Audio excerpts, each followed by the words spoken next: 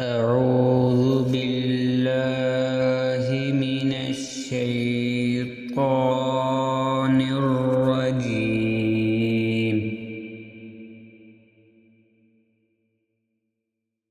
بسم الله الرحمن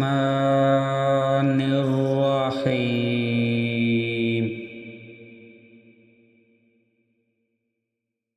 تلك الرسل فضلنا بعضهم على بعض منهم من كلم الله ورفع بعضهم درجات وآتينا عيسى ابن مريم البينات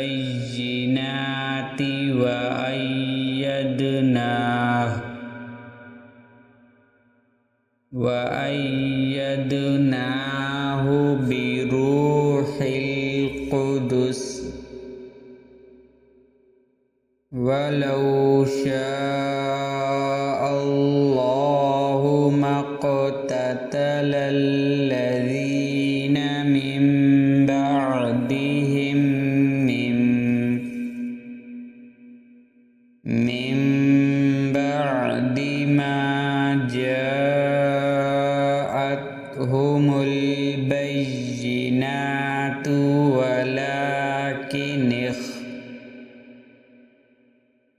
ولكن اختلفوا فمنهم من آمن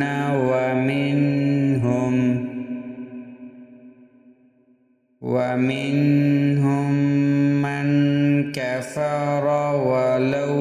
شاء الله ما اقتتلوا ولكن الله يفعل ما يريد. يا أيها الذين آمنوا أنفقوا مما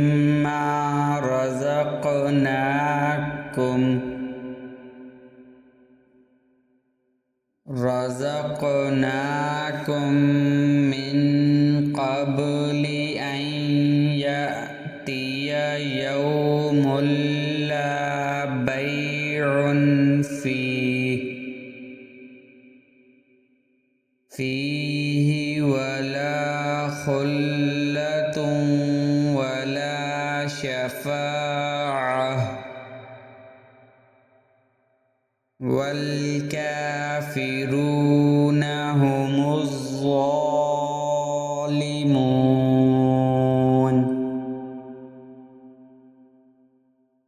الله لا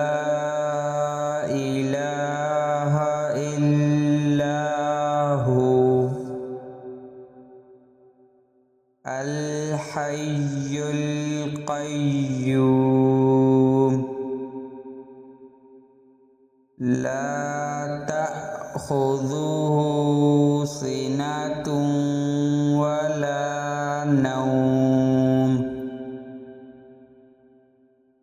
له ما في السماوات وما في الأرض. من ذا الذي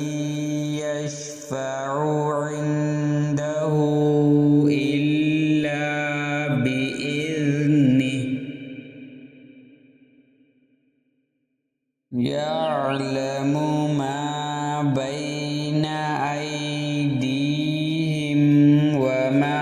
خلفهم ولا يحيطون بشيء من علمه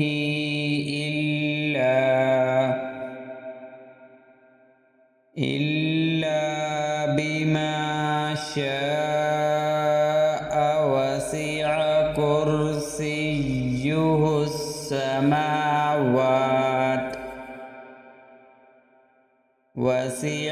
كرسيه السماوات والأرض ولا يؤوده حفظهما وهو العلي العظيم. لا إكراه في الدين قد تبين الرشد من الغي فمن يكفر بالطاغوت ويؤمن بالله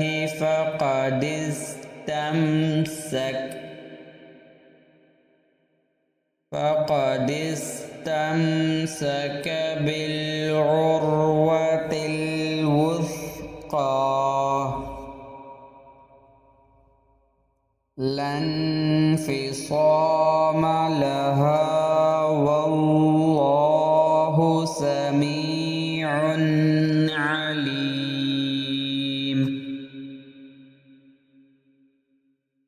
الله ولي الذين آمنوا يخرجهم من الظلمات إلى النور والذين كفروا أولياؤهم الطاغوت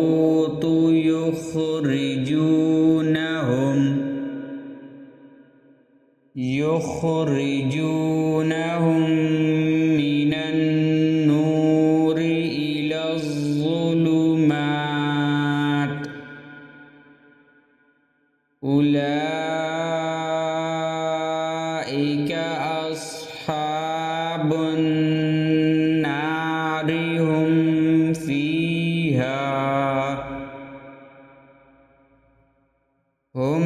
فيها خالدون.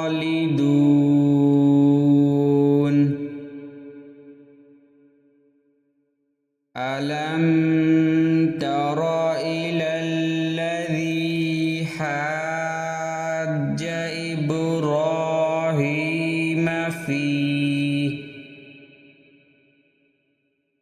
في ربه أن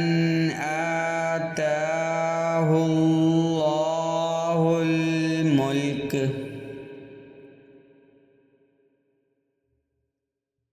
إذ قال إبراهيم ربي الذي يحيي ويميت قال أنا أحيي وأميت قال إبراهيم فإن الله يأتي بالشمس من المشرق فأت بها من المغرب فبهت الذي كفر والله لا يهدي القوم الظالمين.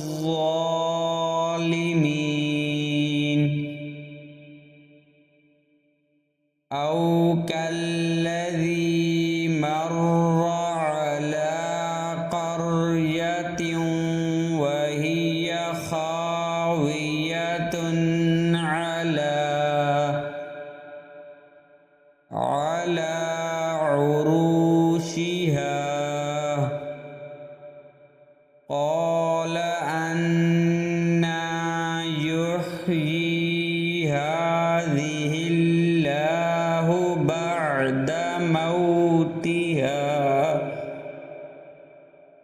بعد موتها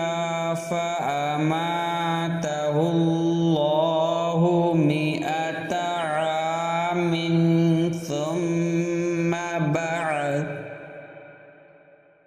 ثم بعثه قال كم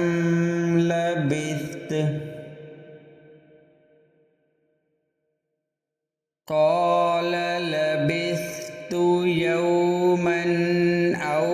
بعض يوم قال بل لبثت 100 عام فانظر إلى طعامك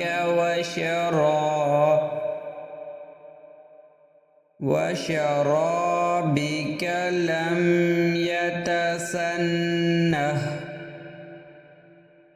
وانظر إلى حمارك ولنجعلك آية للناس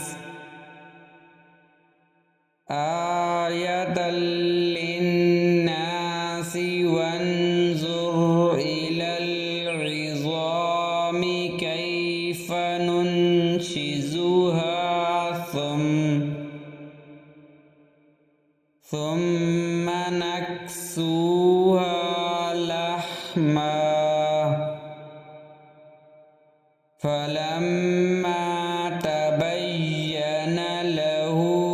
قال أعلم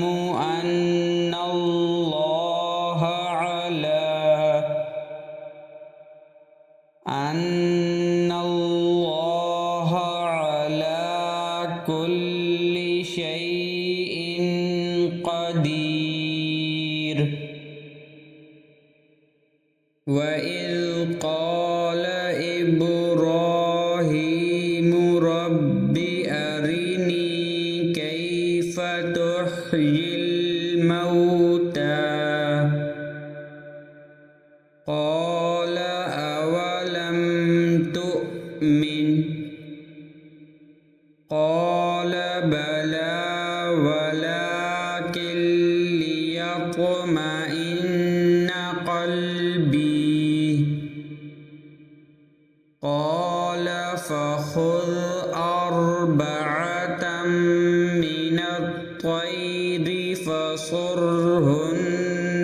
إليك ثم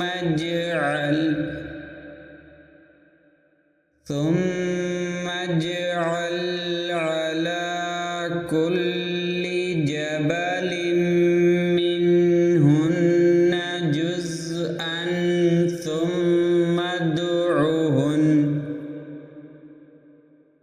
ثم ادعهن يأتينك سعيا واعلم أن الله عزيز حكيم.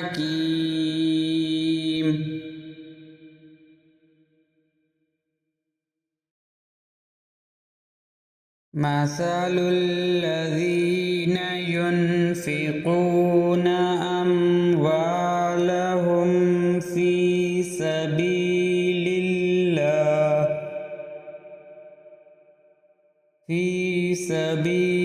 الله كمثل حبة أنبتت 7 سنابل في كل سنبلة 100 حبة والله يضاعف لمن يشاء والله واسع عليم. الذين ينفقون أموالهم في سبيل الله في سبيل الله ثم لا يتبعون ما أنفقوا منا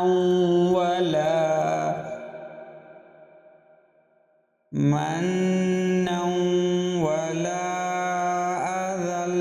لهم أجرهم عند ربهم ولا خوف عليهم ولا هم يحزنون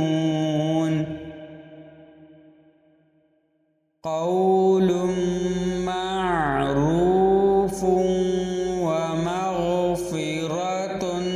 خير من صدقة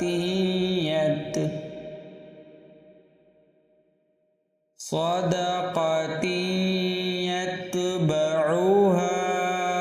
أذى والله غني حليم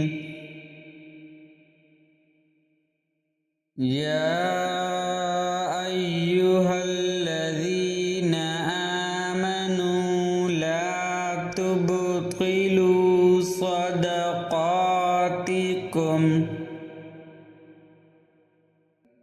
صدقاتكم بالمن والأذى كالذي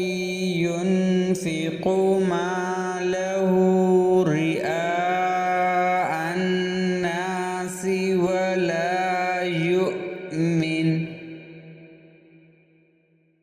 ولا يؤمن بالله واليوم الآخر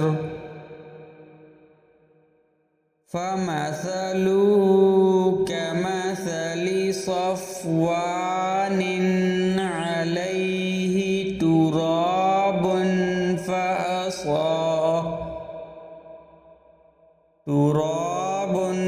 فأصابه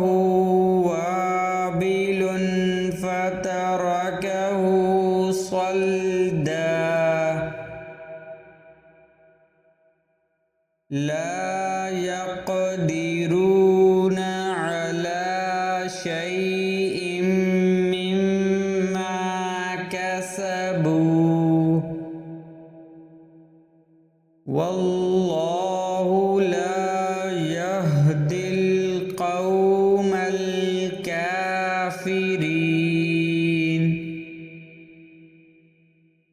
ومثل الذين ينفقون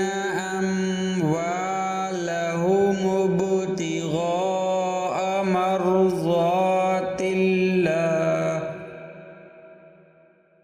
مرضات الله وتثبيتا من أنفسهم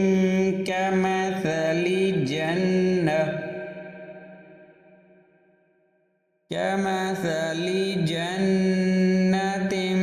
بربوة أصابها وابل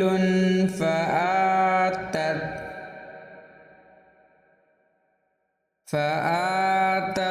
أكلها ضعفين فإن لم يصبها وابل فطل والله بما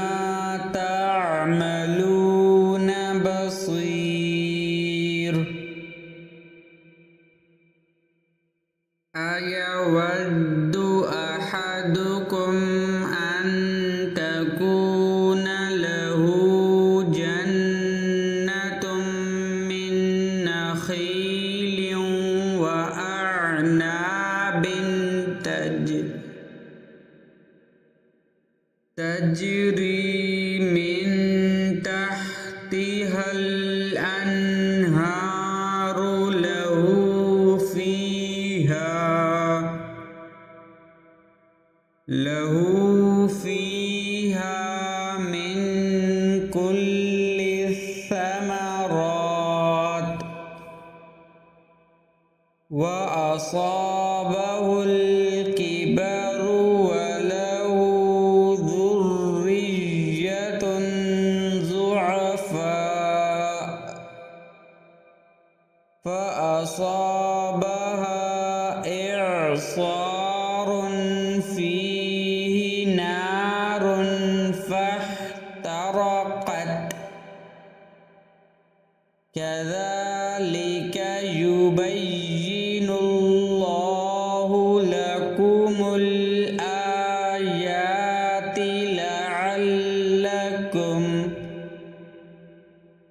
لعلكم تتفكرون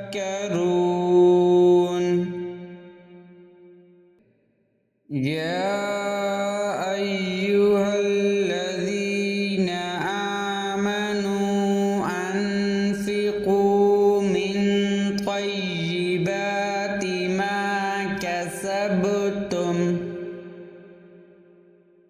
ما كسبتم ومما أخرجنا لكم من الأرض ولا تيمموا الخبيث منه تنفقون ولستم بآخذيه إلا أن تغمضوا فيه واعلموا أن الله غني حميد الشيطان يعدكم الفقر ويأمركم بالفحشاء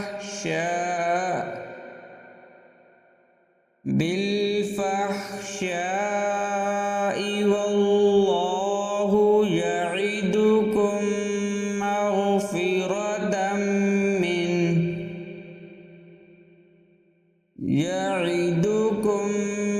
مغفرة منه وفضلا والله واسع عليم يؤتي الحكمة من يشاء ومن يؤت الحكمة فقد أوتي خيرا كثيرا وما يذكر إلا أولو الألباب وما أنفقتم من نفقة أو نذرتم من نذر فإن الله يعلمه وما للظالمين من أنصار إن تبدوا الصدقات فنعما هي وإن تخفوها وتؤتوها الفقراء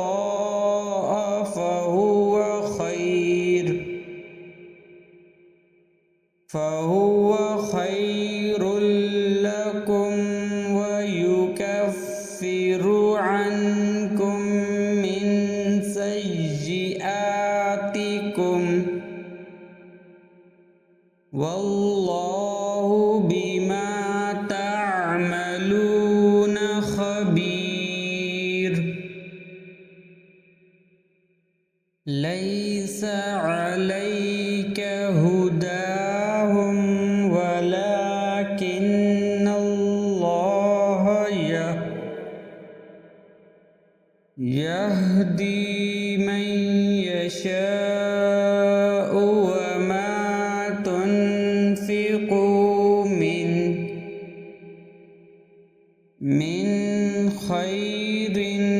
فلأنفسكم وما تنفقون إلا ابتغاء وجه الله وما تنفقوا من خير يوفى إليكم وأنتم لا تظلمون للفقراء الذين أحصروا في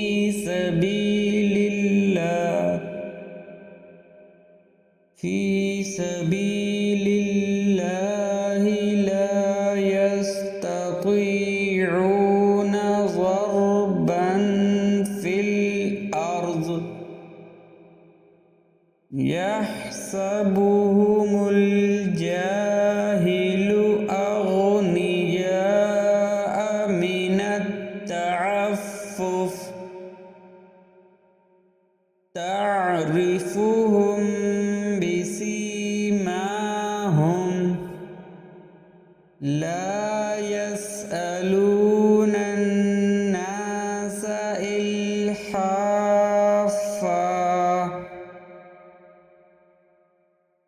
وما تنفقوا من خير